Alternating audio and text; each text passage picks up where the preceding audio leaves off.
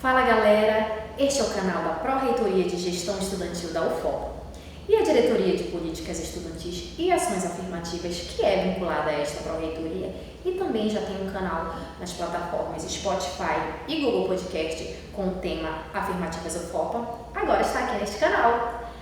E neste mês tão especial e tão significativo para nós mulheres, que é o mês em alusão ao Dia Internacional da Mulher, um mês que, para além de homenagear as mulheres, é um mês de reivindicações e lutas por direito, igualdade e respeito para todas nós, independente de cor, raça, gênero ou posição social. Nesse sentido, nós da Diretoria de Políticas Estudantis e Ações Afirmativas preparamos uma semana muito especial com o tema Mulheres que Inspiram. Cada dia, eu, Amanda, estarei recebendo uma convidada maravilhosa, uma mulher inspiradora da comunidade acadêmica da UFOPA, para um bate-papo bem legal.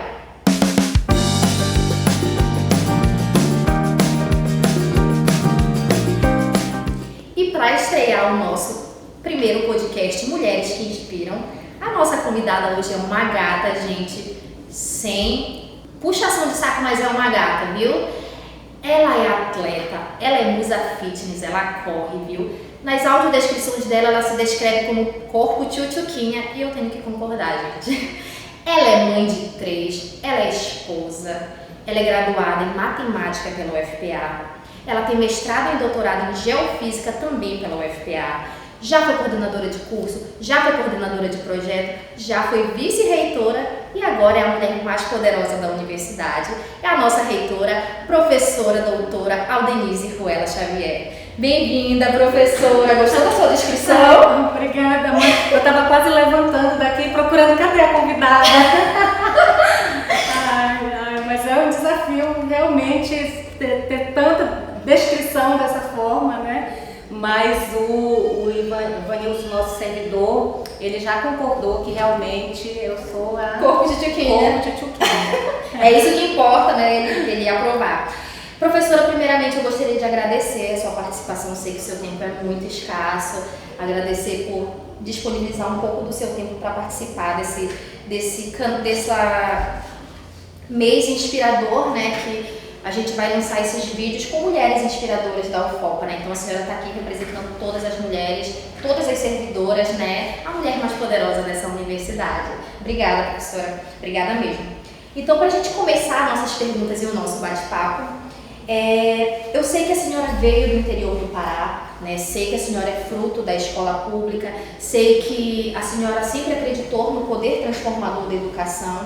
Então, eu queria que a senhora contasse para a gente, assim, quem é a Aldenise Ruela Xavier. Conte um pouco assim da sua trajetória, né, até chegar na reitoria da UFOP.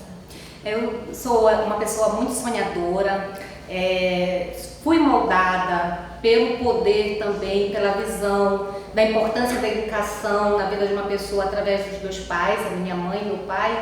Eles não têm ensino médio, na verdade não tem nem ensino fundamental completo.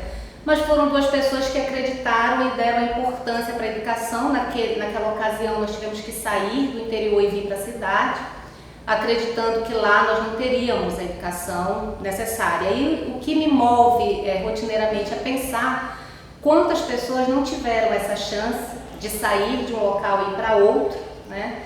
E que ainda precisam, que ainda aguardam pela educação, seja a educação básica, seja a educação superior.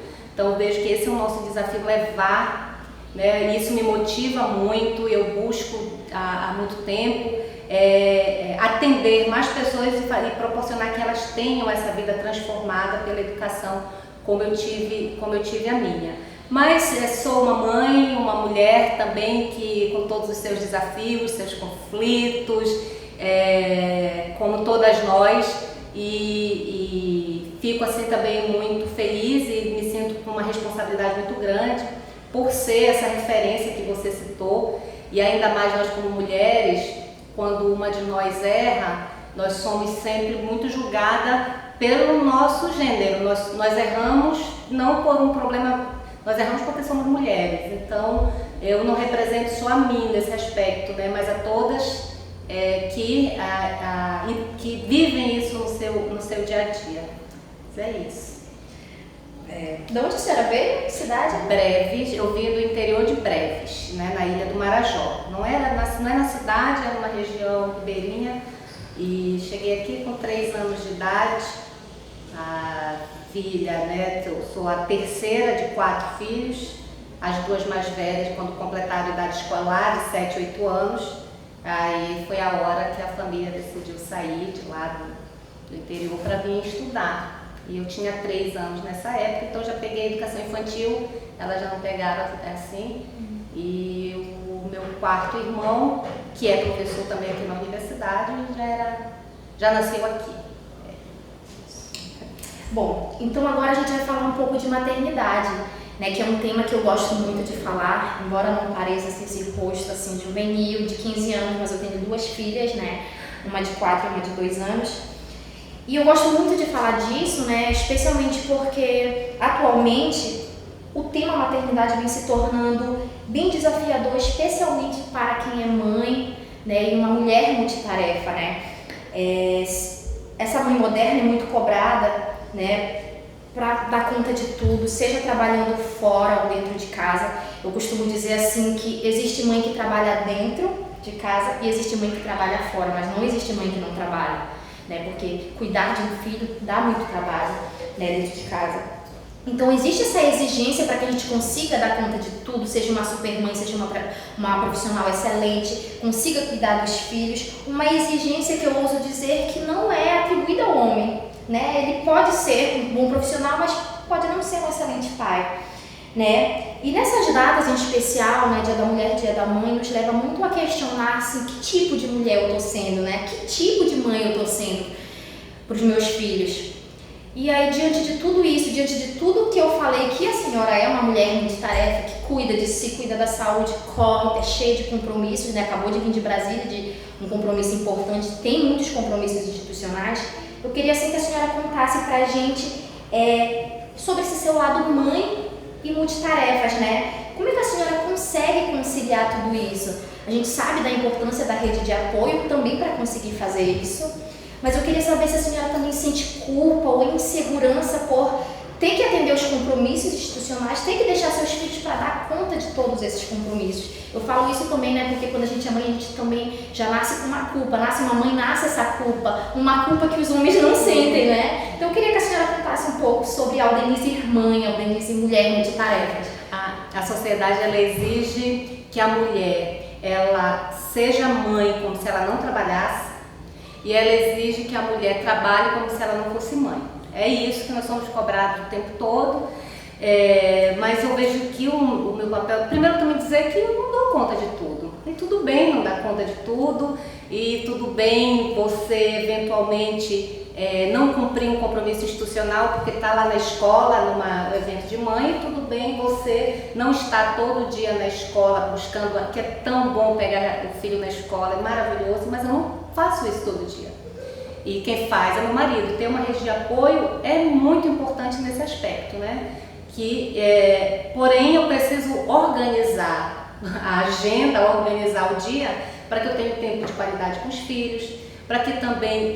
uma coisa que mudou muito na minha vida depois que eu tive meu primeiro filho foi o meu conceito de tempo, né? O meu conceito de tempo mudou a partir do momento que eu passei a ser mãe do meu primeiro filho. Porque eu passo a valorizar o tempo que eu estou fora de casa. Então eu não fico fora de casa para uma ação que não seja de qualidade. Então se eu estou aqui na universidade, eu vou ter que estar produzindo. Se eu não estou produzindo, eu vou para casa, porque lá eu produzo com eles. Então o conceito de tempo ele mudou um pouco para mim e vem mudando a forma como eu organizo a minha vida para poder estar com os 3, cada um com o seu problema. Tenho um adolescente, um de 8 anos e a outra praticamente bebê, já tem 3 anos. Cada um com uma rotina diferente, com problemas diferentes, né? Ser mãe de adolescente não é fácil. E aí fazer uma ginástica, uma logística que sem uma rede de apoio como eu tenho seria muito mais difícil. Mas o que eu vejo também é que a gente cobra da mulher e a gente se sente culpado, então o sentimento de culpa ele existe sempre, mas eu tento combater um pouco isso, até dentro de mim, quando tenho oportunidade de conversar com outras pessoas, porque é um sentimento provocado pelo nosso movimento cultural de olhar a mulher dessa forma. Porque o homem também tem a mesma responsabilidade que a mulher. O homem também tem a vida dele profissional e que ele vai fazer as viagens dele e ninguém vai perguntar com quem ficou seus filhos. Mas para nós mulheres essa cobrança ela ocorre rotineiramente, né? Então é um movimento que a gente precisa de combate realmente a esse pensamento cultural que é a gente responsabilizar e colocar na mulher o poder todo pela criação do filho, como se só ela fosse a responsável. Mas na verdade toda a sociedade acaba sendo responsável por uma criança também, né? Os colegas, a escola. É interessante, eu fico observando, e teve um momento assim que é muito comum a gente ver mulher com a bolsa, com o filho no colo ali, e agoniada que não consegue comer, e a sociedade naturalizou, né?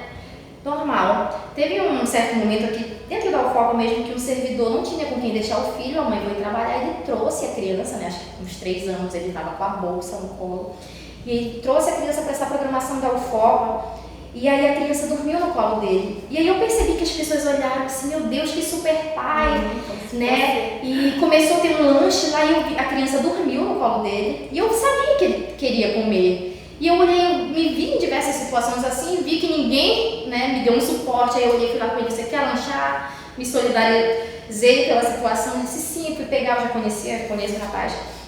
Peguei ali pra ele, aí o pessoal, nossa, que super pai, nossa, trouxe o filho. Eu vejo que quando a mãe faz, sua mãe faz isso diariamente, né, a mulher faz isso, mas é como se ela não fizesse mais que obrigação, né? Reflexo de uma sociedade que ainda tem essa cultura muito machista. Mano, só um exemplo, quando em casa eu vivia isso, quando estava 7h30, horário de sair de casa e a pessoa que ia ficar com as crianças não tinha chegado, aí o meu marido, eu tô com pressa, eu preciso ir, não sei o quê, e eu ficava. Digo, e aí, eu também tô com pressa, eu também, vamos começar a dividir essa rotina aí de quem vai se atrasar, né? Porque aí, e esses pequenos detalhes levam a um cenário maior, que é a questão de poucas mulheres em cenários de liderança, em cenário político, em grandes empresas, porque no dia a dia a gente vai abrindo concessão, né? Tem um impacto geral na sociedade muito grande. E aí essa é a pauta da última pergunta desse trio de perguntas, da primeira parte da nossa conversa, que é sobre a ocupação de altos cargos na administração pública por mulheres, né? E isso está entrando muito em discussão, considerando que ter mulheres em espaço de poder, né, faz a sociedade ser mais igualitária em relação às questões de gênero, né? E aí eu lembro que recentemente, com esse novo governo, teve uma reunião, né, com os reitores das universidades federais de ensino superior, e eu lembro que o Lula postou uma foto nas redes sociais, eu sigo ele, e eu lembro de ver essa foto e ver uma foto assim muito masculina, né, que é reflexo ainda de uma sociedade em que não tem tanta representatividade das mulheres, né, nos espaços de poder e de decisão, que não é o caso da UFOP, né, que aqui nós temos 2 mulheres na gestão. Então eu queria que a senhora falasse se a senhora já se imaginou, né, a minha pergunta é, se a senhora já se imaginou como reitora, né, como uma mulher, com um cargo mais alto da universidade, se era um sonho seu, se a senhora já se sentiu diminuída ou descredibilizada, né, por homens, né, por ser mulher. Então eu queria que a senhora contasse nunca foi um sonho, né, ser reitora da universidade, as coisas foram acontecendo, eu sempre lutei muito pelo que eu acreditava, então desde a educação básica, desde sempre, isso acabou sendo uma consequência. Agora, aqui a UFOPA, ela tem um cenário diferenciado em relação a esse histórico nacional de outras universidades mais antigas. Até porque talvez a nossa história, ela reflita um pouco da história mais atual, de que há sim um avanço da presença feminina em vários pontos. Ainda modesta, não tão quanto o necessário, mas nós temos hoje grandes universidades aí como a UNB, que agora que teve a sua primeira reitora mulher, né? E é uma universidade bem antiga. E aqui na universidade nós já tivemos 2. Então é diferente e para uma universidade que tem uma história muito pequena, muito curta. Mas sim, existe muita coisa a ser combatida, muita coisa a ser combatida. São pequenas frases, são posturas, são decisões. Há uma diferença muito, ainda o que eu sinto muito forte é aquele momento, né, em que uma mesma proposta sai de uma mulher e sai de um homem e o homem é citado como referência na proposta. Então eu vejo muito isso nas reuniões internas aqui na universidade. E eu tenho algumas amigas mais próximas que a gente brinca, mas quem propôs foi a fulana, mas ela está citando o ciclano. É uma coisa que existe ainda, um pequeno detalhe, e existe também, quando isso acontece em pequenos detalhes, é porque existe um cenário maior por trás, né? Mas eu vejo que a universidade, nesse aspecto, nós estamos até à frente de outras, mas ainda sabendo que temos muito para avançar. Bom, então nós encerramos a primeira parte do bate-papo. Agora a nossa segunda parte é sobre frases machistas, né?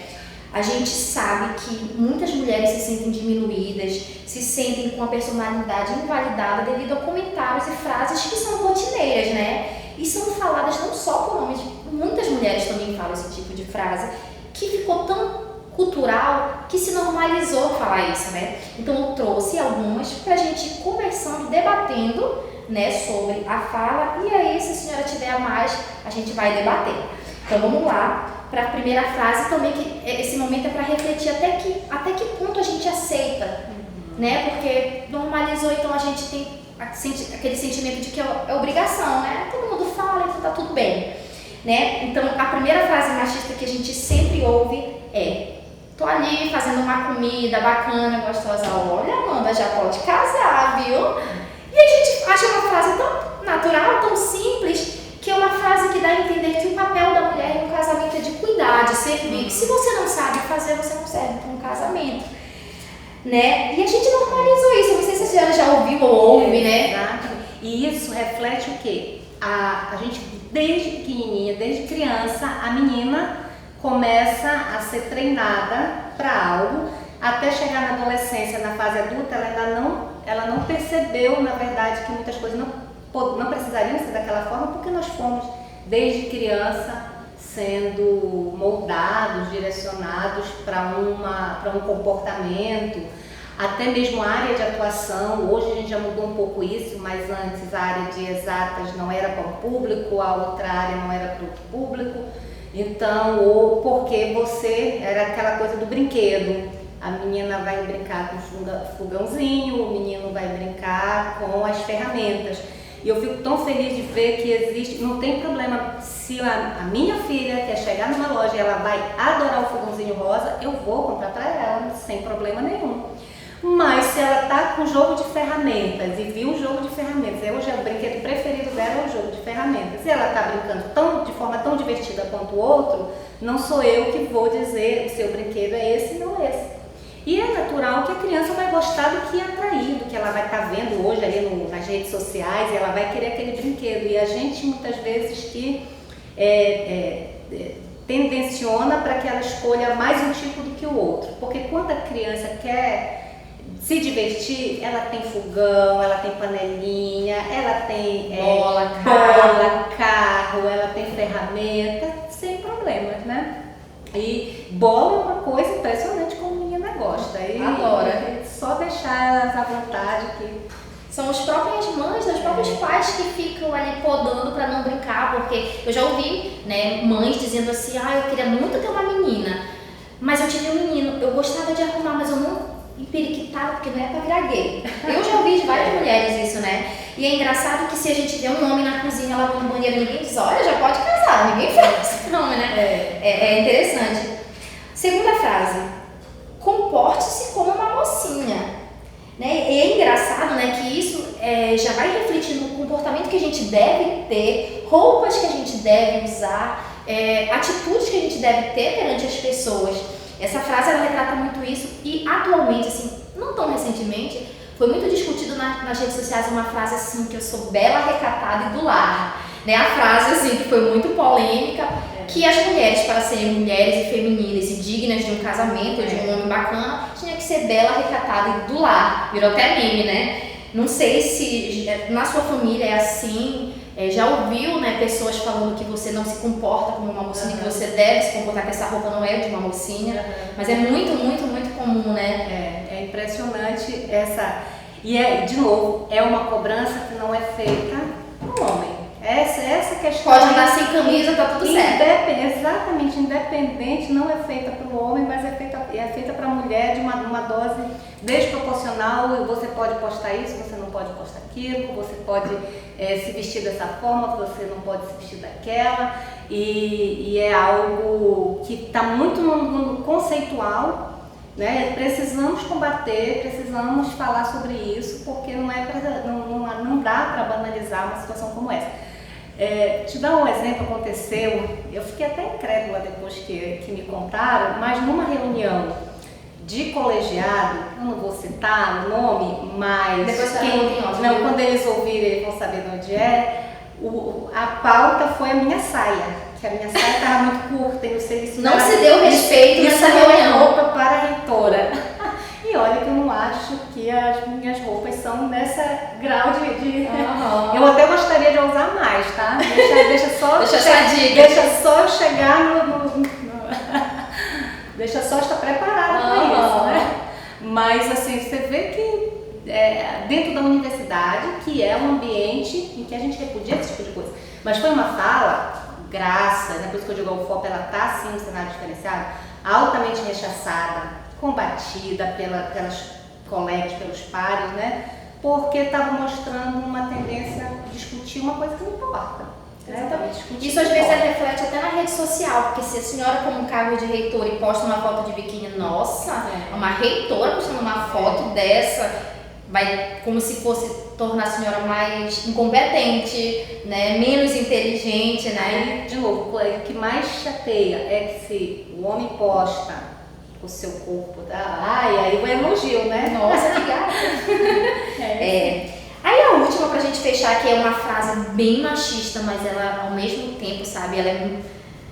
Eu acho que o termo é nojento.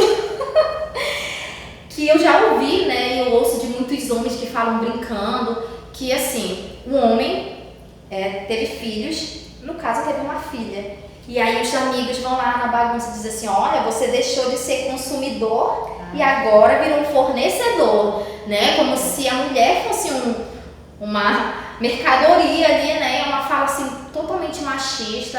Pra quem é mãe, é uma coisa muito dolorida, né? Porque eu tenho filhas e eu já fico assim, com esse medo, com esse receio, e é uma coisa assim, é muito triste, gente, ouvir isso.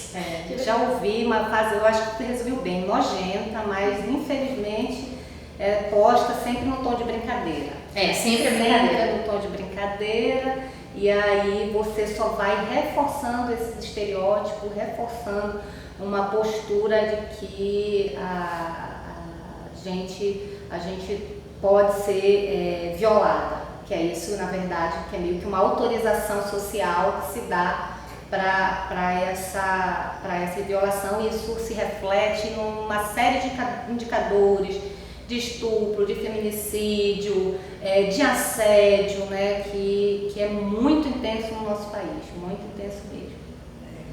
Então, professora, para a gente finalizar o nosso bate-papo, eu gostaria que a senhora dissesse ali, olhando para a câmera, para as pessoas, para as mulheres que estão nos assistindo, algo que lhe inspirou, né, e lhe motivou a ser a mulher que a senhora é hoje, que eu sei que a senhora é fonte de inspiração para muitas mulheres, né, que sonham também em estar em altos cargos, sonham em ter um doutorado, sonham em conseguir realizar muitas tarefas, né, porque a gente sabe que quando a gente é mãe também, muitas mulheres, quem aborta e que deixa seus sonhos engavetados geralmente são as mulheres, né? Principalmente quando você tem um filho que é muito mais dependente, ou sei lá, um filho que tem alguma deficiência, quem aborta os seus sonhos geralmente é a mulher. Então fale algo que me motivou e que me inspirou, né, a ser a mulher que a senhora se tornou hoje. Aproveitar, né, esse momento para falar com as mulheres aqui na UFOPA, que eu gostaria muito de contar com essas mulheres para não ouvir mais de nenhuma mulher que ela precisa se afastar de um cargo de gestão, de um cargo de coordenação, porque ela está planejando engravidar ou porque ela vai engravidar. Eu já ouvi isso de pelo menos umas 3 ou 4. Fulano, por que você não se candidatou para a direção do seu instituto? Não, professor, eu estou com planos de engravidar. Então veja que isso, na verdade, reflete muito da nossa sociedade, que nos coloca assim: eu não sou útil nesse período para a universidade, porque se eu engravidar eu vou ficar de licença, o filho não é para ser essa carga e não é essa carga. Eu acho que a gente pode, sim, lidar. A nossa vida é uma série de adaptação. A gente vai se adaptando, né? O ser humano é um ser que se adapta e transforma a sua realidade. Então você não precisa, coloque e observe nos números de gestoras mulheres que a gente tem na direção de instituto. No último mandato dos nossos institutos aqui da sede, só tínhamos uma mulher eleita, os outros todos eram homens. Nos campi a realidade é diferente, mas eu ouso dizer que é por outro fator, a falta realmente de pessoal. Essa nova legislatura agora, né, que assumiu, nós temos dos nossos 7 institutos aqui na sede 2 mulheres. Então, quando a gente se propõe como servidora a ocupar cargo de gestão, parece que as mulheres colocam outros planos e muito desses planos é relacionado com o filho. Eu garanto isso para vocês, porque a gente se coloca na posição, isso não porque eu vou ter filho. Eu ouvi quando eu era vice-reitora, eu já contei essa história em outro momento, quando eu fui candidata a vice-reitora, de um colega dizer que eu não era uma melhor candidata a vice-reitora porque eu tinha filho. Então a sociedade nos coloca nesse lugar e a gente acaba incorporando.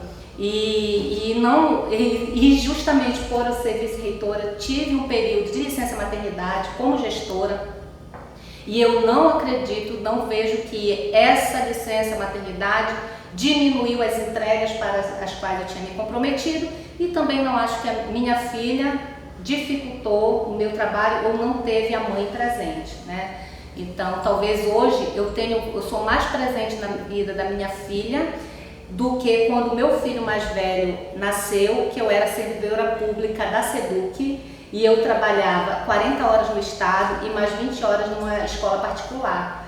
Então essa realidade é a realidade de muitas mães que precisam sair de casa às vezes 5 da manhã para chegar no trabalho a tempo, e a gente se adapta, não é fácil. É claro que o filho não vai ter a presença física contínua da mãe ali, assim como não tem do pai. E assim como a gente cria e se transforma como sociedade, né, de uma maneira corriqueira. Então, que esse exemplo possa servir de inspiração, né, para que vocês não coloquem na vida o filho, a maternidade como um empecilho para seguir seus objetivos, porque muitas vezes, e mais, pensando nisso até para o seu próprio filho, porque depois no futuro você não vai poder dizer a ele que não foi isso ou não foi aquilo por causa dele. Não é uma escolha dele, do filho, é uma escolha sua, né? Então tomar essa decisão de uma forma muito tranquila, porque isso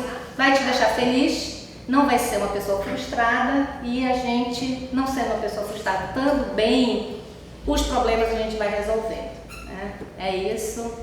Verdade. Então, professora, obrigada pela sua participação. Foi muito bom conversar com a senhora. Tenho certeza que vai inspirar muitas mulheres nesse nosso conversa.